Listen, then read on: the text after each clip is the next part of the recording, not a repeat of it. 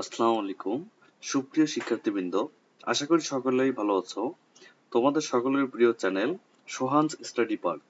এই চ্যানেলে প্রতিনিয়ত এইচএসসি আইসিটি ও এইচএসসি ইংলিশ গ্রামার নিয়ে ভিডিও আপলোড করা হয়। তারই ধারাবাহিকতায় আজ আমরা শিখতে যাচ্ছি আইসিটি বইয়ের তৃতীয় অধ্যায়ের প্রথম অংশ। তো আমাদের তৃতীয় অধ্যায়ের প্রথম অংশের প্রথম লেকচারটি আমরা নিয়ে আলোচনা করে আসছি গতদিন। তো আজকে আমরা আলোচনা করব, এটি হচ্ছে সংখ্যা পদ্ধতির আমাদের যে কনভার্সেশন আছে, অর্থাৎ দশমিক থেকে বাইনারি, অক্টাল, হেক্সাডেসিমাল রূপান্তর। তো আমরা একটা নিয়মেরই মাধ্যমে আমরা এই দশমিক সংখ্যাকে বাইনারি এবং অক্টাল ও হেক্সাডেসিমালে রূপান্তর করা শিখে যাব। তো আর কথা না বাড়িয়ে আমরা সরাসরি চলে যাই স্ক্রিনে।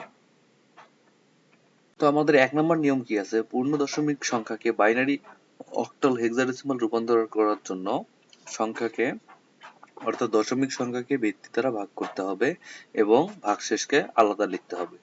তো আমরা এই কথাটা কি বললাম, কি লিখলাম, আমরা সরাসরি যখন অ্যান্সার করতে যাব তখন আমরা বুঝে নেব। এরপর কি বলছে ২ নম্বরে, এবং ভাগফলকে পুনরায় ভিত্তি দিয়ে কি ভাগ করতে হবে, ভাগশেষকে আলাদা নিতে হবে। ভাগফল শূন্য না হওয়া পর্যন্ত এই পদ্ধতির পুনরাবৃত্তি করতে হবে। অর্থাৎ এখানে বলা হচ্ছে যে আমরা যেটা ভাগ করলাম, ভাগ করার পরে যে ভাগফলটা পাবো ওই ভাগফলকে আবারও আমরা কি ভিত্তি দ্বারা ভাগ করব।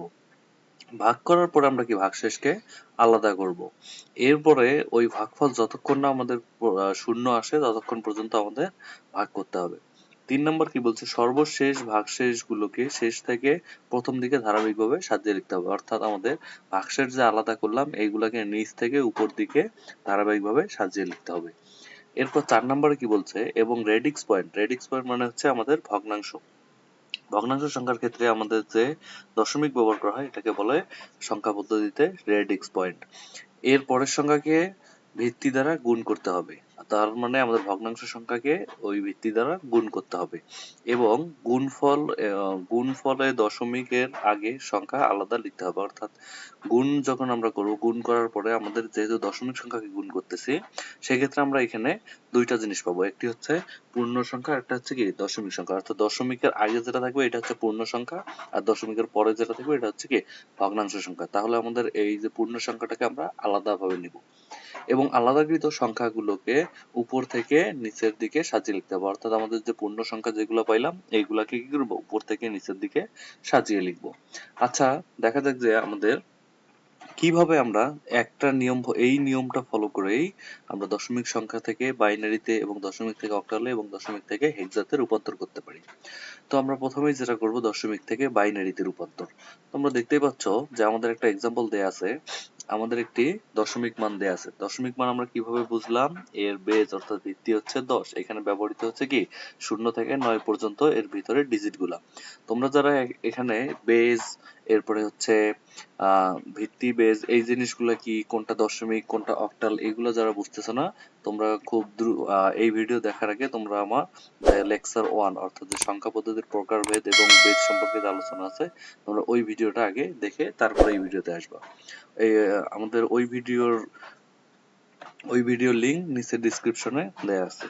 ওকে, আর কথা না বাড়াই, এরপরে আমরা দেখবো আমরা কি বলছিলাম যে এটা হচ্ছে আমাদের পূর্ণ সংখ্যা আর এটা হচ্ছে কি ভগ্নাংশ সংখ্যা।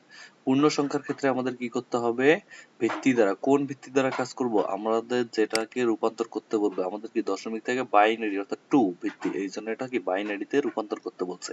তাহলে আমাদের কি করতে হবে, এই পূর্ণ সংখ্যাকে কি করতে হবে, এই ভিত্তি দ্বারা ভাগ করতে হবে এবং এই ভগ্নাংশ সংখ্যাকে অর্থাৎ দশমিকের পরে এটা কি বলে রেডিক্স পয়েন্ট, এর পরের সংখ্যাকে এই ভিত্তি দ্বারা গুণ করতে হবে। তাহলে আমরা দেখি যে কিভাবে করব। 2 9 এটাকে আমাদের ভাগ করতে হবে কত দ্বারা, 2 দ্বারা। আমাদের ভিত্তি কত ছিল, 2 ছিল, এই জন্য আমরা এটাকে ভাগ করব কত দ্বারা, 2 দ্বারা। তাহলে এটা ভাগ করলে দেখো এমন সংখ্যা দ্বারা ভাগ করতে হবে যার ভাগশেষ আমার 0 এবং 1 আসে। কেননা আমরা রূপান্তর করতেছি কিসে, বাইনারিতে। তাহলে বাইনারিতে আমরা জানি দুইটি অঙ্ক ব্যবহৃত হয়, একটি হচ্ছে 0 আর একটি হচ্ছে 1। তো আমাদের যা করতে হবে, এটা আমরা কি করতে পারি, আমরা করতে পারি 14 2 28। এটা কি করতে পারলাম, 14 2 28, কিন্তু আমাদের মানটা ছিল কত, 29। তাহলে আমাদের ক্যারি থাকতেছে কত, অর্থাৎ ভাগশেষ থাকতেছে 1।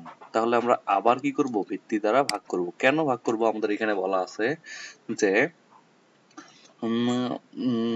ভাগশেষকে আলাদা করলাম, এরপরে কি বলছে এবং ভাগফলকে পুনরায় ভিত্তি দ্বারা ভাগ করতে হবে, ভাগশেষকে নিতে হবে। আমরা আবার কি করব, ভাগফলকে পুনরায় ভিত্তি দ্বারা ভাগ করব, ভাগ করে কি ভাগফলকে আলাদা নিব।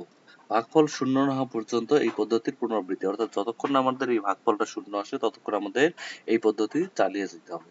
তাহলে এবার আমরা কত দ্বারা ভাঙাইতে পারি, 7, 7 দুগুণ 14, যেহেতু আমার মিলে যাচ্ছে, মিলে গেলে আমাদের হাতে কিছু ক্যারি নাই, এই জন্য আমাদের ভাগশেষ হচ্ছে 0। আবার আমরা কি করব, 2 দ্বারা করব। এইভাবে আমরা ধারাবাহিকভাবে করতেই থাকবো যতক্ষণ না পর্যন্ত আমাদের কি আসে, ভাগফলটা 0 আসে। এবার আমরা কত দ্বারা করতে পারি দেখি একটু। তাহলে আমরা করতে পারি 3 দুগুণ 6, তাহলে আমাদের ক্যারি থাকবে কত, 1, কেননা এখানে আছে 7, আমরা কত দ্বারা করলাম, 3 দুগুণ 6, তাহলে আমাদের এখানে ক্যারি থাকতেছে 1। আমরা আবারও কি 2 দ্বারা ভাগ করব, এরপরে যদি ভাগ করে কি আসে, 2 1 2, তাহলে 2 1 2 করলে 3 এর 2 বাদ দিলে কত থাকে, ক্যারি 1 থাকে। এইবার আমরা কি করব, 2 দ্বারা 1 কি করব, আমরা নরমালি দেখতেছি যাকে ভাগ করতেছি সে একটি ছোট সংখ্যা, আর যার দ্বারা করতেছি সে কি বড় সংখ্যা। তো আমরা নরমালি জানি যার দ্বারা করব সে যদি কি হয়, বড় হয়, আর যাকে করব সে যদি ছোট হয়, তাহলে আমাদের ফলাফল, অর্থাৎ ফলাফল হবে কি 0, আর আমাদের হাতে ভাগশেষ হবে কি, যাকে আমরা ভাগ করব সে হবে আমাদের ভাগশেষ। এই কথাটা ভালো করে মনোযোগ দিয়ে শুনে নাও, যে আমরা যাকে ভাগ করব সে যদি ছোট হয়, আর যার দ্বারা করব সে যদি বড় হয়, এমন কন্ডিশন আমার যখনই আসবে তখন আমাদের কি ফলাফল হবে 0, আর আমরা যাকে ভাগ করব সে হবে আমাদের ভাগশেষ। যেমন তোমরা মনে করো যে আমরা 3 দ্বারা ভাগ করতে যাচ্ছি 2 কে, তাহলে আমরা 3 দ্বারা 2 কে যদি ভাগ করি, তাহলে আমরা কাকে ভাগ করতেছি, 2 কে, 2 ছোট আর 3 হচ্ছে বড়, সেই ক্ষেত্রে আমাদের ভাগফল হবে 0 এবং ভাগশেষ হবে 2। তোমরা আশা করি বুঝে গেছো যে কিভাবে আমরা এখানে 0 এবং 1 টা নিয়ে আসছি। এরপরে আমাদের যে কথাটা ছিল, আমরা আবার নিয়মে দেখি যে নিয়মে কি ছিল, 3 নম্বরে সর্বশেষ ভাগশেষ গুলোকে শেষ থেকে প্রথম দিকে ধারাবাহিকভাবে সাজিয়ে লিখতে হবে। অর্থাৎ আমরা যে ভাগশেষ গুলো আলাদা করলাম, এই ভাগশেষ গুলাকে কি করতে হবে, শেষ থেকে শুরুর দিকে ধারাবাহিকভাবে সাজিয়ে লিখতে হবে।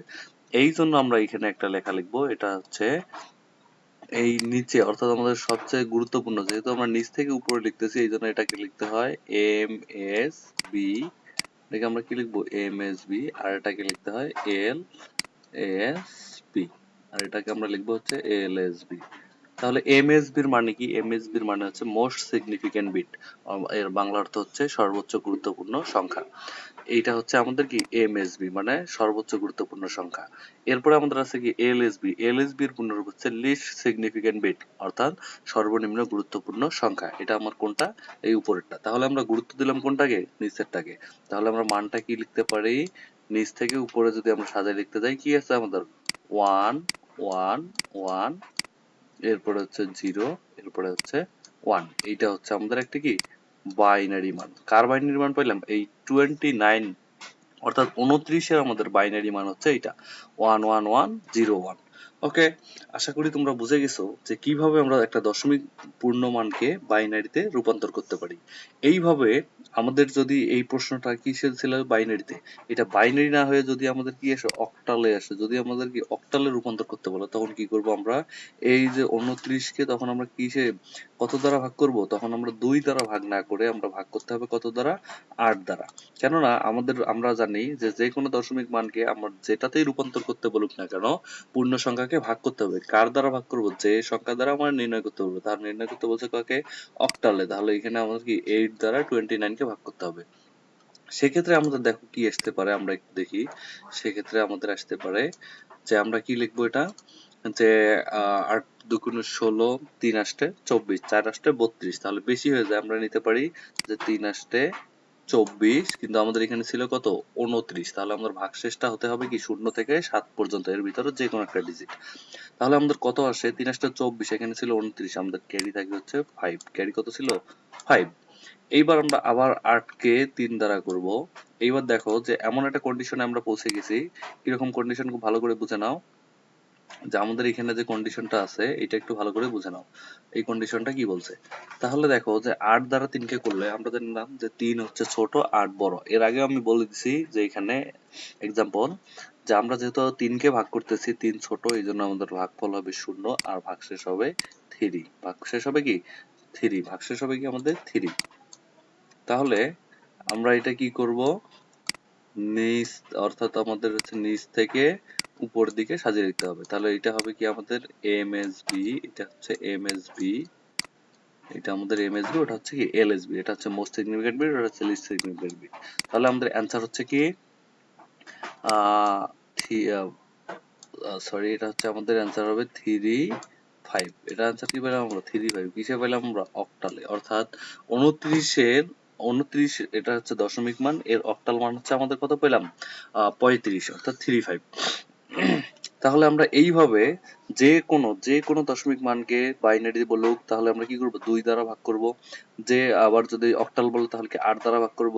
আবার যদি আমার এই মানটাকে বলে কি 16, অর্থাৎ আমাদের কি 8 না দিয়ে দিলে কত? 16। তাহলে 16 মানে আমরা কোন কোন সংখ্যা পদ্ধতি জানি? 16 বলতে আমরা জানি হেক্সাডেসিমাল। 16 বলতে কি জানি আমরা? হেক্সাডেসিমাল। তো আমরা যদি হেক্সাডেসিমালে রূপান্তর করতে বলে সেক্ষেত্রে আমাদের কি করতে হবে? অর্থাৎ এই 8 বাদ গিয়ে আমাদের কত দ্বারা করতে হবে? 16 দ্বারা ভাগ করতে হবে। তো আমরা দেখি যে 16 দ্বারা ভাগ করলে আসলে আমাদের অ্যান্সারটা কত আসে। তাহলে আমরা এখানে কত দ্বারা করব? 16। তাহলে 16 দ্বারা 29কে যদি ভাঙাই তাহলে আমাদের কত আসে? 16 দ্বারা 29কে এমন সংখ্যা দ্বারা ভাঙাবো যাতে আমাদের ভাগশেষটা 0 থেকে 15 পর্যন্ত যে কোনো একটি সংখ্যা ক্যারি থাকতে পারে। আমরা যদি 16 দুগুণে 32, তাহলে আমার ছিল কত? 29, বেশি হয়ে যায়। সেক্ষেত্রে আমরা কি করতে পারি? 16 কে 16, তাহলে 29 থেকে যদি আমরা 16 বাদ দিই তাহলে আমাদের ক্যারি থাকে কত? 13। ক্যারি থাকে কত? 13। তাহলে 13 যদি আমরা এখানে লিখি, নরমালি 13 বলতে হেক্সাডেসিমালে কিছু বুঝি না। 13 বলতে আমরা এখানে কি বুঝি? ডি। 13 বলতে আমরা কি জানি? হেক্সাডেসিমালে ডি। হেক্সাডেসিমালে কি ব্যবহৃত হয়? 0 থেকে 9 পর্যন্ত এবং এ থেকে এফ পর্যন্ত। এ 10, বি 11, সি 12, ডি হচ্ছে 13, ই হচ্ছে 14, এফ হচ্ছে 15। তাহলে আমাদের এখানে অ্যান্সারটা হয়ে যাচ্ছে কত? 13 বর্ণে ডি। আবার আমরা কি করবো? 1 কে 16 দ্বারা যদি ভাঙাই তাহলে আমার রেজাল্ট হবে 0 আর ভাগশেষ হবে কি 1। তাহলে আমরা এই অ্যান্সারটা কি লিখতে পাচ্ছি দেখি। তাহলে আমাদের এই অ্যান্সারটা হচ্ছে আমরা লিখতে পারতেছি 1D। এখানে কখনো ভুলেও অ্যান্সারে এসে 13 লেখা যাবে না, কেননা আমাদের হেক্সাডেসিমাল মান নির্ণয় করতেছে। হেক্সাডেসিমালে 13 বলতে কোনো সংখ্যা নেই। আমরা 13 বলতে কি জানি? ডি। ওকে, এইটি হচ্ছে আমাদের হেক্সাডেসিমাল মান। তো আশা করি তোমরা সকলেই বুঝে গেছো যে কিভাবে আমরা একটা দশমিক মানকে, দশমিক পূর্ণ মানকে বাইনারিতে বা অক্টালে বা হেক্সাতে রূপান্তর করতে পারি শুধুমাত্র আমাদের এই একটি নিয়ম দ্বারা। অর্থাৎ শুধুমাত্র আমাদের কি এইটা, এইটা আর হচ্ছে এইটা, এই যে আমরা যে 3টা পয়েন্ট দিছি এই 3টা পয়েন্ট দ্বারাই আমাদের যে কোনো দশমিক মানকে যে সংখ্যা পদ্ধতিতে রূপান্তর করতে বলুক না কেন আমরা পূর্ণ সংখ্যা এইভাবেই করবো। আশা করি তোমরা সকলেই বুঝে গেছো। এবং যারা বোঝো নাই বা কারো যদি এরকম প্রশ্ন থাকে যে আমি এই জায়গাটায় বুঝি নাই স্যার বা এই জায়গাটায় একটু সমস্যা হচ্ছে, তোমরা কমেন্ট সেকশনে জানাই দাও। আর আর তোমরা যারা আমার চ্যানেলে নতুন আছো, তা তোমাদের কাছে আমার রিকোয়েস্ট হচ্ছে তোমরা আমার চ্যানেলটিকে সাবস্ক্রাইব করবা এবং তোমাদের বন্ধুদের মাঝে শেয়ার করে দিবা ভিডিওটি। আর তোমাদের পরবর্তীতে কোন বিষয়ে জানার আগ্রহ আছে তোমরা অবশ্যই কমেন্টসে জানাই দিবা। এরপর আমাদের একটা আমরা শিখলাম, সেটা হচ্ছে কি শিখলাম? পূর্ণ সংখ্যার ক্ষেত্রে। কিন্তু আমাদের আর একটা পার্ট ছিল, সেটা কি? ভগ্নাংশের ক্ষেত্রে। তো দেখি ভগ্নাংশের ক্ষেত্রে কি বলছে 4 নম্বরে। এবং রেডিক্স পয়েন্ট, রেডিক্স পয়েন্ট হচ্ছে কোনটা? এই যে ভগ্নাংশ, অর্থাৎ আমাদের এই পয়েন্টটা, এটাকে বলে কি? Radix point. এর পরের সংখ্যাকে ভিত্তি দ্বারা গুণ করতে হবে। এর পরের সংখ্যা কি করতে হবে? ভিত্তি দ্বারা গুণ করতে হবে। এবং গুণফল এ দশমিকের আগের আলাদা, অর্থাৎ আগের সংখ্যা আলাদা নিতে হবে এবং আলাদাকৃত সংখ্যাগুলোকে উপর দিক থেকে নিচের দিকে সাজিয়ে লিখতে হবে। ওকে, আমরা এবার দেখে নেই যে কিভাবে আমাদের করতে হবে। তো আমাদের যে কোনো মানকে ফার্স্ট আমরা দেখবো যে ভগ্নাংশ মানটা দেয়া আছে, এটাকে আমরা কিসে রূপান্তর করব? এটাকে আমরা আগে বাইনারিতে রূপান্তর করব। অর্থাৎ আমাদের আছে হচ্ছে 0.25, এটাকে আমাদের রূপান্তর করতে হবে কিসে? আগে বাইনারিতে। অর্থাৎ তাহলে আমার গুণ করতে হবে কত দ্বারা? 2 দ্বারা। তাহলে আমরা এটা গুণ করব এখানে 2 দ্বারা। আমরা এই পাশে যে মানগুলো পাবো এটা হচ্ছে আমাদের পূর্ণমান। পূর্ণমান, এইটা হচ্ছে কি আমাদের পূর্ণমান। এটা হচ্ছে আমাদের কি? পূর্ণমান। তাহলে এখন আমরা যেটা করতে যাচ্ছি সেটা একটু ভালো করে বোঝো। এখন আমাদের কি করতে হবে? এই 2 দ্বারা আমাদের কি করতে হবে? 25 কে গুণ করতে হবে। 2 দ্বারা যদি আমরা 25 কে গুণ করি তাহলে আমাদের রেজাল্ট আসে কি? 0.25 5, তাহলে আমার রেজাল্ট আসবে কি 0.5। 0.25 কে তোমরা গুণ করবা 2 দ্বারা, দেখবা যে তোমাদের রেজাল্ট আসবে কি, এই পয়েন্টের আগে আমাদের যেটা ছিল এটা হচ্ছে পূর্ণমান, আর পয়েন্টের পরে যেটা এটা হচ্ছে কি ভগ্নাংশ মান। অর্থাৎ আমাদের পূর্ণমানটা হবে এই ঘরে আর ভগ্নাংশ মানটা হবে কোথায়, এই ঘরে। তাহলে আমাদের ভগ্নাংশ মান কত পেলাম, 0.5। এটাকে আমরা আবার কি করব, 2 দ্বারা গুণ করব। যতক্ষণ না আমাদের গুণফল কি আসে, শূন্য আসে, ততক্ষণ পর্যন্ত আমাদের এটা কি করতে হবে, এই পদ্ধতি চালিয়ে যেতে হবে। অর্থাৎ আমাদের কি করতে হবে, গুণ করতেই হবে। তো এইবার আমরা দেখি যে কি আসে। 0.5 কে যদি আমরা 2 দ্বারা গুণ করি তাহলে আমাদের অ্যান্সার আসে হচ্ছে 1.00। 1.0, তাহলে আমাদের 1টা কি পূর্ণ সংখ্যা, তাহলে আমরা এখানে 1 নিব, আর আমার এখানে ভগ্নাংশ কি হলো 0.0, অর্থাৎ 0 কে যেহেতু আমার ফলাফল চলে আসছে সেহেতু আমাদের অ্যান্সার হবে এটা। এটাকে লিখতে হবে কিভাবে দেখি, এবং আলাদাকৃত সংখ্যাগুলোকে উপর দিক থেকে, তাহলে আমাদের এটা লিখতে হবে কি উপর দিক থেকে। আগেরটা কি ছিল আমাদের নিচ থেকে উপরে, তাহলে এটা হবে এমএসবি, এটা হচ্ছে আমাদের এমএসবি, আর এটা হচ্ছে আমাদের কি এলএসবি, এটা হবে কি এলএসবি। তো আমাদের অ্যান্সারটা কি হবে, আমরা দেখলাম যে আমাদের কি করতে হবে, এখন লিখতে হবে উপর থেকে নিচে। অর্থাৎ আমরা এটা লিখতে পারি কি 0.01, এইটা একটা বাইনারি।